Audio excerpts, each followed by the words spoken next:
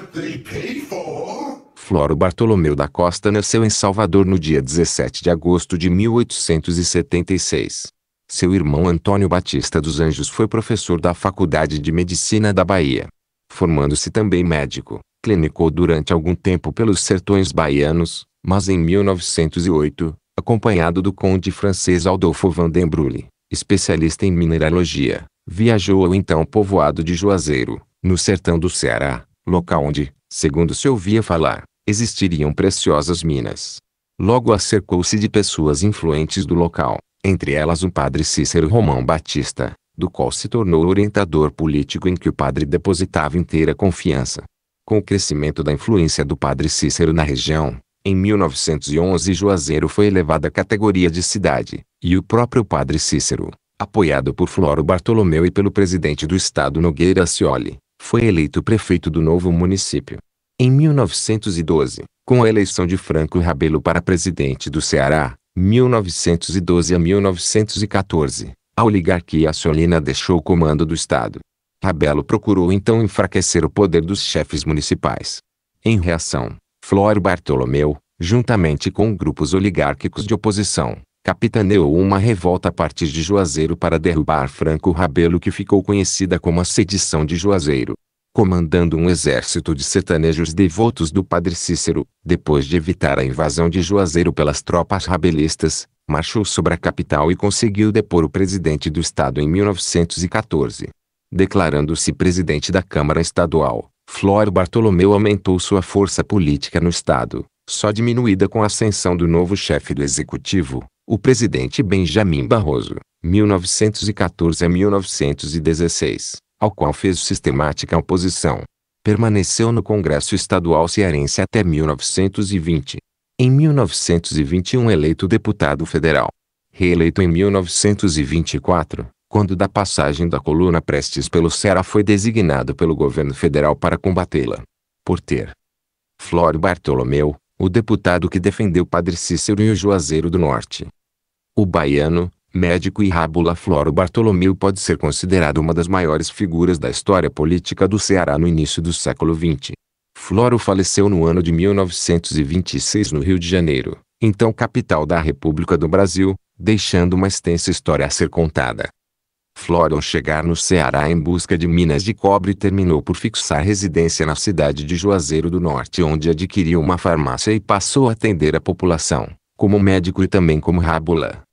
Tornando-se amigo do padre Cícero Romão Batista, convenceu-o a ingressar na política, visto que o Vaticano suspendera suas ordens religiosas.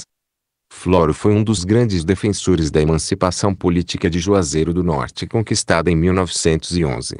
Padre Cícero foi então o primeiro prefeito do novo e próspero município, que se tornaria décadas depois uma das mais importantes cidades brasileiras. Em 1912, Franco Rabelo foi nomeado interventor do Ceará pelo presidente Hermes da Fonseca. Logo que assumiu o governo estadual, Rabelo tratou de minar o poder de padre Cícero, destituindo-o da prefeitura de Juazeiro do Norte e ordenando sua prisão. Floro Bartolomeu, então, convocou os romeiros a se juntar a seus jagunços com o intuito de defender padre Cícero. Em 1921, surgiu um boato de que os habitantes do sítio Baía Dantas estavam venerando um boi de padre Cícero como a um deus. Para contornar a situação, Floro Bartolomeu ordenou que o boi fosse morto e o beato José Lourenço, líder do sítio, fosse preso. Em 1925, o presidente da República Arthur Bernardes encarregou Floro Bartolomeu, na época deputado federal, de defender o Ceará dos ataques da coluna Prestes. Então, Floro montou o Batalhão Patriótico. No ano de 1926, Floro Bartolomeu faleceu, solteiro e pobre, na capital federal, vítima de angina. Era, na ocasião, general honorário do Exército e deputado federal. Foi enterrado com as honras de seu posto militar. Em princípio de maio de 1908, 2 homens montados a cavalos e puxando 2 burras, carregadas com apetrechos, sob um sol escaldante, cruzaram as ruas empoeiradas de Juazeiro e pediram informações sobre onde morava o padre Cícero. Um chamava-se Floro Bartolomeu da Costa e o outro Adolfo Van den Brulé.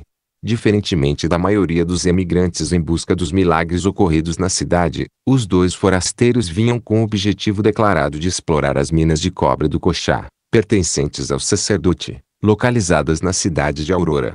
O primeiro era um médico baiano e o segundo, um francês, engenheiro de minas, intitulado de Conde.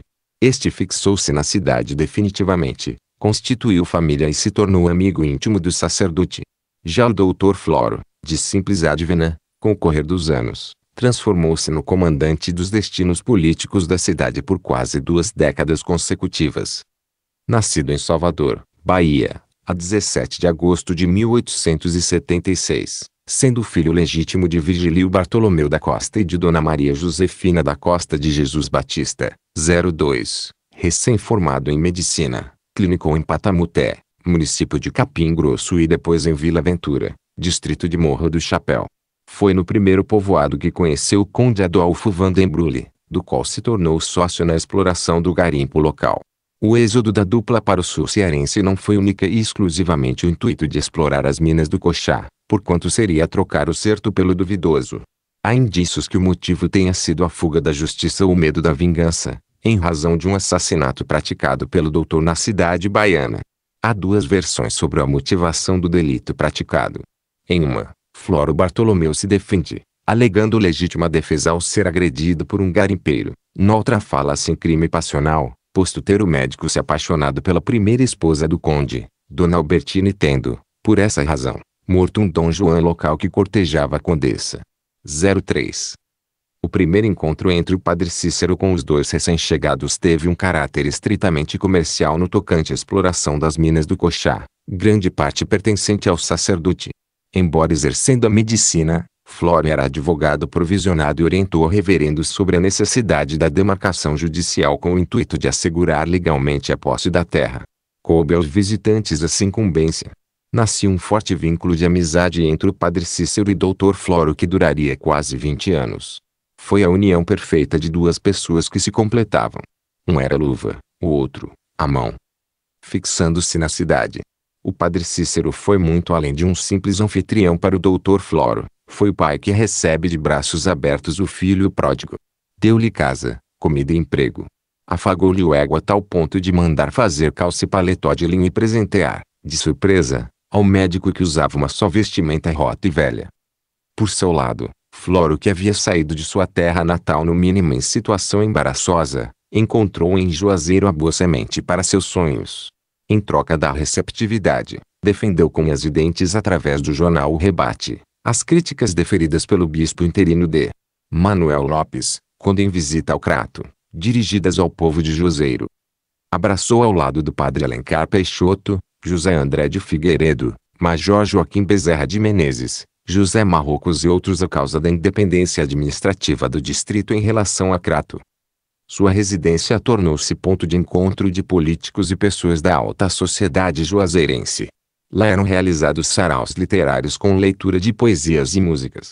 Os serões varavam a madrugada onde a boa prosa e piadas divertiam os participantes. Tratando as pessoas com delicadeza e atenção, logo despertou a confiança de todos, a ponto de tornar-se padrinho de São João de muitos garotos da cidade. É bom realçar que na cultura nordestina daquela época existiam 2 tipos de batismo, na pia batismal e na fogueira de São João, ambos com relevante expressão social. Se cabia ao padre Cícero ser o padrinho oficial com aspersão de água, era do doutor a preferência sobre a labareda de fogo. O compadrio era levado a sério criando forte vínculo entre as partes envolvidas. 04. Tornou-se de imediato médico particular do padre Cícero e abriu uma farmácia na rua São Pedro denominada Ambulância de Dr. Floro, local onde fazia pequenas cirurgias e receitava gratuitamente às pessoas desvalidas de recursos. 05. Pouco a pouco o Dr. Floro foi consolidando sua imagem de homem prestativo, caridoso, amigo incondicional do padre Cícero e defensor da cidade. 3. O político.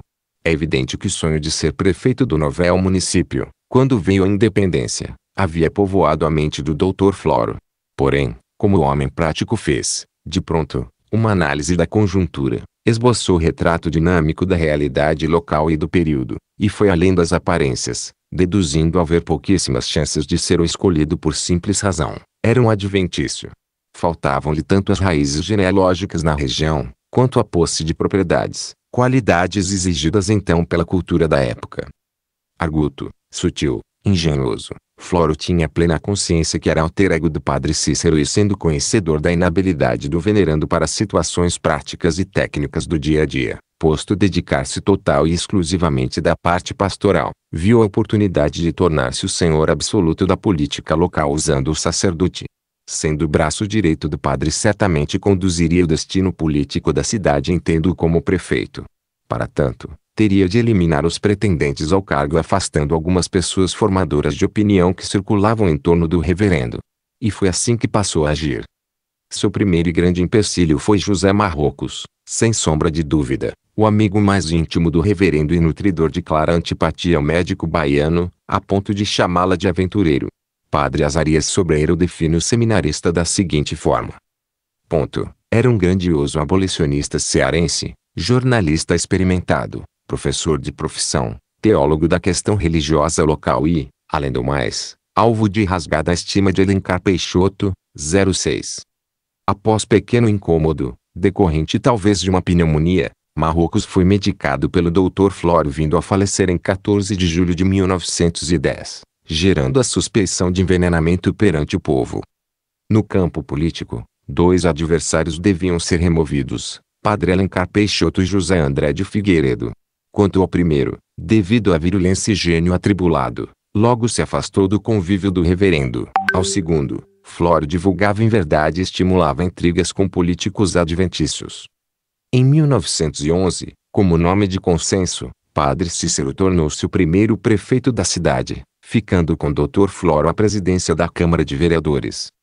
A construção do raciocínio do Dr. fora perfeita. Nomeado prefeito, Padre Cícero entregou-lhe o destino da cidade. Floro de imediato fez modificações na localidade. Providenciou a coleta sistemática do lixo e pavimentou algumas ruas, embora cobrasse dos proprietários das casas certo valor por metro de calçamento e arbitrariamente destinava-se as receitas provenientes da arrecadação. E pagando aos empreiteiros apenas a metade das mencionadas quantias. A outra metade ele embolsava em pagamento de seu trabalho de administrador de tais obras. 07. De tal forma Floro apoderou-se da prefeitura que levou o padre Cícero a afirmar: sobre o governo do município eu nada sei, quem faz tudo é o Dr. Flório Siquem. 08. Em 1913 comandou a revolução que depôs o governador do estado, Franco Rabelo, ocasião em que foi eleito presidente da Assembleia, reunida em Juazeiro, assumindo, logo após, o cargo de governador até março de 1914. Na primeira eleição após a emancipação do município foi eleito deputado estadual para o biênio 1915/16, reelegendo-se para os anos 1917/1920. Caracterizou-se como parlamentar combativo nos interesses de Juazeiro e temido por seus pares. Também exerceu o cargo de deputado federal por 2 mandatos, 1921/1924 e 1925/1926. Repeliu corajosamente as injúrias cometidas ao padre Cícero pelo deputado Paulo Moraes e Barros. Em 1925, o presidente da República Arthur Bernardes encarregou Flório Bartolomeu, na época deputado federal, de defender o Ceará dos ataques da Ceoluna Prestes. Tem-se, então, uma ideia do prestígio do doutor em escala nacional. A fama de tirano, déspota, extrapolava as fronteiras do Juazeiro. Na Assembleia Legislativa do Ceará, Flório Bartolomeu era denunciado por mortes acontecidas na cidade do padre Cícero. O deputado Godofredo Maciel, defendendo o colega juazeirense, assim se pronunciou: só pode extinguir bandido, matando bandido. Martins Rodrigues, outro membro da Assembleia, retorquiu: nesse caso, o Flório deve suicidar-se. 09. 4. Comportamento mórbido. Quais os fatores que levaram o Dr. Flório a modificar tão bruscamente seu modo de ser e agir?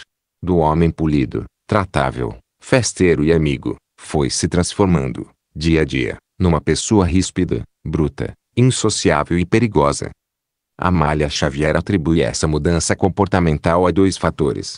O primeiro, decorrente de uma doença, a osteite, causadora de sua irritabilidade a todo momento. Num segundo plano estaria o poder adquirido pela sua ascensão política, transformando-o num déspota. O historiador Irineu Pinheiro, seu amigo particular, mostra essa modificação na personalidade do Floro, mas com o tempo, com as lutas que teve de sustentar, se lhe foram aos poucos acidulando o caráter até atingir-lhe um estado da alma às raias de extrema irascibilidade, de nítida morbidez. 10. Mas não devemos deixar de lado a propensão do médico às crises de explosões de temperamento desde sua saída da Bahia, onde cometeu um crime independente do motivo que o levou a ceifar a vida de um homem. Esse fato, em si, já denotava o espírito bélico existente desde cedo. Se conseguiu ocultar seu mórbido temperamento sob a pele de cordeiro, quando aqui chegou, é porque se fazia necessário numa terra estranha. Como bem frisou o padre Azarias Sobreira. Para ele pesavam, mais do que tudo, as vantagens políticas imediatas. 11. Enfoquemos essa transformação psicológica do Dr. Flório nos seguintes campos. A. O Criador e a criatura. O próprio padre Cícero foi vítima dos impulsos coléricos do médico baiano. Certo momento, durante a Revolução de 1914, Flório insistia em fazer saques nas cidades vizinhas para poder sustentar a tropa. Padre Cícero, ao discordar, foi assintosamente confrontado. Ou faz assim, ou vou-me embora, deixando você nesse cipoal sique. 12. Noutra ocasião, ao ser contrariado pelo padre Cícero quanto à prisão injustificada de pessoas por serem apenas amigas do seu adversário político Zé Geraldo, Floro respondeu-lhe aos gritos. Você é um padre velho besta. Quem entende de política sou eu. Trate de seus romeiros bestas e não me azucrine a paciência, que padre para mim é -me. 13. O domínio do doutor sobre o patriarca foi cada vez mais absoluto e crescente. Chegou a transferir coercitivamente o padre Cícero para um pequeno quarto ao lado da cadeia municipal, alegando que a residência do reverendo era insalubre. E, por 2 vezes em público, proibiu o padre Cícero de realizar suas vontades. Certa feita, cansado do seu cativeiro, quis visitar uma pessoa amiga. Quando pôs o pé no estribo do carro, ouviu os gritos do Floro que se aproximava. Volte, padre, não vai não. 14. Doutra feita, quis visitar a Serra do Horto. O farmacêutico Zé Geraldo da Cruz providenciou um transporte para levar o sacerdote. Quando o padre Cícero entrou no carro, o médico simplesmente o puxou pelo braço e ordenou. Não vai. 15. O padre Cícero já não possuía vontade própria fora de sua área religiosa. Floro era o manda-chuva local. B. O coronel. Senhor absoluto do baraço e do cutelo, Dr. Flório tornou-se Luís XIV regional e se apoderou da frase letate que estimou-ei. Desrespeitava a todos e a tudo, se sentindo acima da moral e da lei. O povo lhe dera a delegação de representá-lo como deputado, porém, ele estendeu esse poder agregando-o de delegado, promotor, juiz e déspota supremo da cidade. Sem a devida competência legal, o deputado tomou as seguintes providências em alguns casos mais notórios. E, tendo o padre Cícero recebido um touro da raça Zebu, presente de Delmiro Gouveia, entregou o animal aos cuidados do beato Zé Lourenço, morador do sítio Baixa da Anta. Diferente do gado mestiço existente na região e principalmente por pertencer ao padre Cícero, o touro foi tratado com carinho especial. Além de capim novo, era banhado com frequência e ornamentado com laços de fitas. Não custou muito para que o povo acreditasse que o boi mansinho operasse milagres através de sua urina e fezes. Criticado pela imprensa, Floro prendeu o beato Zé Lourenço e alguns seguidores, mandou executar o animal, distribuiu a carne à população e no almoço destinado aos presos havia bife extraído do boi. 2. Os penitentes, conhecidos como Corte Celestial, era um grupo constituído por pessoas que acreditavam ser a reencarnação de santos católicos e perambulava pelas ruas cantando ladainha e entoando cânticos religiosos. Sob a suspeita de haver agredido um homem, Floro mandou prender todos e deportou alguns membros do grupo. 3. Ele reuniu em Juazeiro os mais famosos cangaceiros de Pajeú, de Flores e Riacho do Navio, Pernambuco, formando um verdadeiro exército para a deposição do governador do estado Major Franco Rabelo. Percorreu do sul do Ceará até Fortaleza, espoliando e matando adversários na chamada Revolução de Juazeiro. 4. Comandou o Batalhão Patriótico, onde arregimentou 1.200 cangaceiros e combatentes para enfrentar a coluna Prestes. Em 1925, mandou executar sumariamente ladrões e malfeitores. Eram indefesos ladrões de galinha retirados da cadeia à noite e executados na rodagem ligando Juazeiro a Crato, chegando a número superior a 70. Foi ordenado o fuzilamento de dezenas de homens, nem sempre os acusados de crime de morte ou roubos, e isto trouxe revolta ao povo, que se escandalizou com as barbaridades cometidas. 16. Ao denunciar as barbaridades praticadas por Dr. Floro, o hebdomadário Ideal, pertencente a José Geraldo da Cruz, foi empastelado e seu editor teve que se mudar para Cratos sob pena de ser assassinado. Casos famosos. Uma faceta que deve ser desmitificada do Dr. Floro é a pecha de valente. Seria mesmo Floro um homem de coragem comprovada, intimorato, ou simplesmente uma pessoa poderosa capaz de se fazer temido pelo poder absoluto que detinha e pelas maldades praticadas? Ao analisarmos miudamente algumas atitudes do doutor, veremos que muitas vezes se esquiva das situações difíceis, adoece nos momentos de luta e noutras que se acovarda. Deduzindo-se, então, que Floro era frio analista e passava ao arrepio do perigo iminente e evitava confrontos que não lhe eram propícios. Eis alguns casos. Quanto à imputação sobre os crimes da rodagem, defendia-se dizendo que apenas deixava a polícia agir. Ao comandar o batalhão patriótico que enfrentou a coluna prestes ao passar por Campos Sales, Floro adoeceu. Geraldo Menezes Barbosa assim comenta. Os 2.000 homens do batalhão patriótico deslocavam-se à cidade de Campos Sales sob comando do Dr. Floro. Durante a viagem o valente líder sentiu-se doente e logo gravado na sua enfermidade, sendo obrigado a voltar a Juazeiro, porém comandando seu batalhão à distância. 17. Durante a Revolução de Juazeiro, ao invadir Barbalha, Floro determinou que não houvesse nenhuma algazarra em virtude do prefeito ser amigo do padre Cícero. Ficando os revoltosos embaixo de uma frondosa tamarineira, Floro com 2 auxiliares se dirigiu à prefeitura. Ao confabular com o chefe da municipalidade, Floro ouviu tiros provenientes do local onde ficaram os revoltosos. Inconformado com as desobediências da ordem anteriormente dada, dirigiu-se ao local, apeou-se do cavalo, colérico, com uma chibata em punho gritou. Sublinhado quem foi quem deu o primeiro tiro. Após estupefação geral, um silêncio sepulcral, morno, tenso, tomava conta do grupo. Repetiu Floro. Quem foi o cabra sem vergonha que deu o primeiro tiro? Após alguns instantes de tensão, um vulto assomou à frente do chefe e disse sereno. Seu doutor não foi um cabra sem vergonha que deu o primeiro tiro. Quem deu o primeiro tiro foi um de bem. Fui eu. 18. Era a voz firme de Canuto Reis. Inconformado com a desobediência, Floro dirige-se a Canuto Reis com o objetivo de lhe tomar o rifle de suas mãos. O revoltoso dá um passo atrás e diz com firmeza. Sublinhando seu doutor, se vós me se passar o pé daí pra adiante, por Deus que nos ouve, a tora de cima cai primeiro que a de baixo. 19. Acovardado ou aconselhado por amigos, Floro deu meia volta e foi embora. Outro fato que demonstra a tibiez do médico diante de pessoas determinadas e intimoratas aconteceu durante a invasão da coluna prestes que acampara no sítio Isidoro por mais de uma semana e se dirigia ao Baixo Jaguaribe.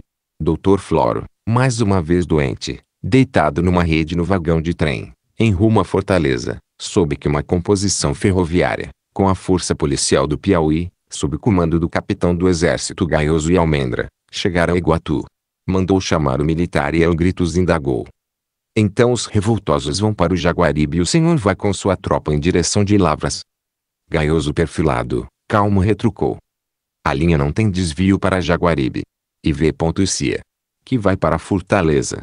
20. Suspeição em alguns crimes. O grande orador e cônsul romano Cícero teve a coragem de acusar Catilina de conspirador do Estado romano ao pronunciar a frase. O Senado tem conhecimento destes fatos, o cônsul tem-nos diante dos olhos, todavia, este homem continua vivo. Em Juazeiro todos eram sabedores das barbaridades e dos hediondos crimes praticados por Dr. Floro Bartolomeu, mas silenciavam sobre os fatos por uma única razão, o medo. Padre Azarias Sobreira bem descreve esse receio. Floro Bartolomeu não era somente pouco ou nada convidativo, mas também perigoso. 21. Somente o padre Manuel Macedo Filho não se calou e intimorato como Cícero, o senador romano, teve a firmeza e a intrepidez cívica de denunciar essas atrocidades através de acirrada campanha. Alguns escritores juazeirenses utilizaram de certos artifícios literários para denunciar, de forma indireta, os crimes cometidos pelo Dr. Floro. Ora se debruçavam sobre a técnica do subtendido onde expõe os fatos evitando se comprometer, ou como no caso de Xavier de Oliveira que usando de pressupostos expõe suas ideias de maneira não explícita, mas que nos leva à conclusão que Floro teve participação direta em vários crimes. Muito embora Dr. Floro jamais tenha deixado provas de sua participação em alguns homicídios, usando constantemente o álibi de nunca estar no local e data do crime, mas é do saber geral que um delito dessa magnitude partia de uma pessoa de alto cargo e que tinha autorizado a execução. Vejamos algumas mortes. José Marrocos. No tocante à morte repentina e inexplicável de José Marrocos comentava-se a boca miúda ter sido Floro Bartolomeu o autor, posto que, logo após medicar o professor que tivera um pequeno incômodo, este veio a óbito suspeitando-se de envenenamento. Mais uma vez o médico usara seu álibi preferido, ausentara-se de Juazeiro, indo para a sua fazenda em Missão Velha, só voltando para o sepultamento no dia seguinte. 2. Paulo Maia. Assassinado no dia 9 de julho de 1914, a mando de Nazário Landim, delegado local, e tendo como executor o pistoleiro Mané Chiquinha. Teve Dr. Floro participação nesse homicídio. As evidências confirmam os fatos. Havia razões pessoais e políticas para que Floro tivesse consentido e aprovado a execução. No dia do crime, Floro encontrava-se em Fortaleza. Vejamos. A. Paulo Maia era filho do ex-deputado Aristides Ferreira de Menezes, amigo e correligionário de José Belém de Figueiredo, deposto do cargo de prefeito do Crato Mano Militari por Antônio Luiz Alves Pequeno III, uma das pilastras do Dr. Floro na Revolução de Juazeiro. B. Paulo Maia, embora parente do padre Cícero, sempre acompanhou politicamente seu cunhado José André de Figueiredo, inimigo figadal de Dr. Floro. C. Nazário Landim, autor intelectual do homicídio, fora nomeado delegado de Juazeiro por Floro Bartolomeu. D. Mané Chiquinha, o executor, fora trazido de Pajeú das Flores, Pernambuco, e era um dos cangaceiros preferidos do médico.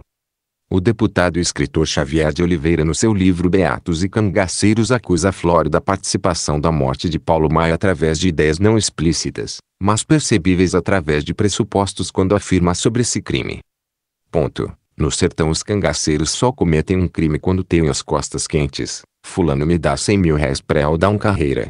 Em Cicrano, que vós mercê acha? Ganhe seu dinheiro, responde um chefe, uma coronel ou doutor, nunca um padre 15, Siquem. Xavier de Oliveira acusa diretamente Floro, inocentando a participação do padre Cícero. V. A morte. Floro Bartolomeu da Costa foi o deputado federal nordestino mais prestigiado da velha república. O presidente Arthur Bernardes, em reconhecimento aos feitos do deputado ao depor o governador Franco Rabelo, encarregou-lhe a missão de combater a coluna prestes em nossa região. Com o correr dos anos, sua saúde abalada pela osteite causadora de terríveis dores de cabeça, Dr. Floro, solteiro e pobre, falece no Rio de Janeiro em 8 de março de 1926, acometido de uma angina pectoris. Em virtude dos relevantes serviços prestados ao Brasil, Floro foi sepultado, no Rio de Janeiro, com as honras de general honorário do Exército Brasileiro. Evitado a invasão de Juazeiro pela coluna, recebeu honras de general.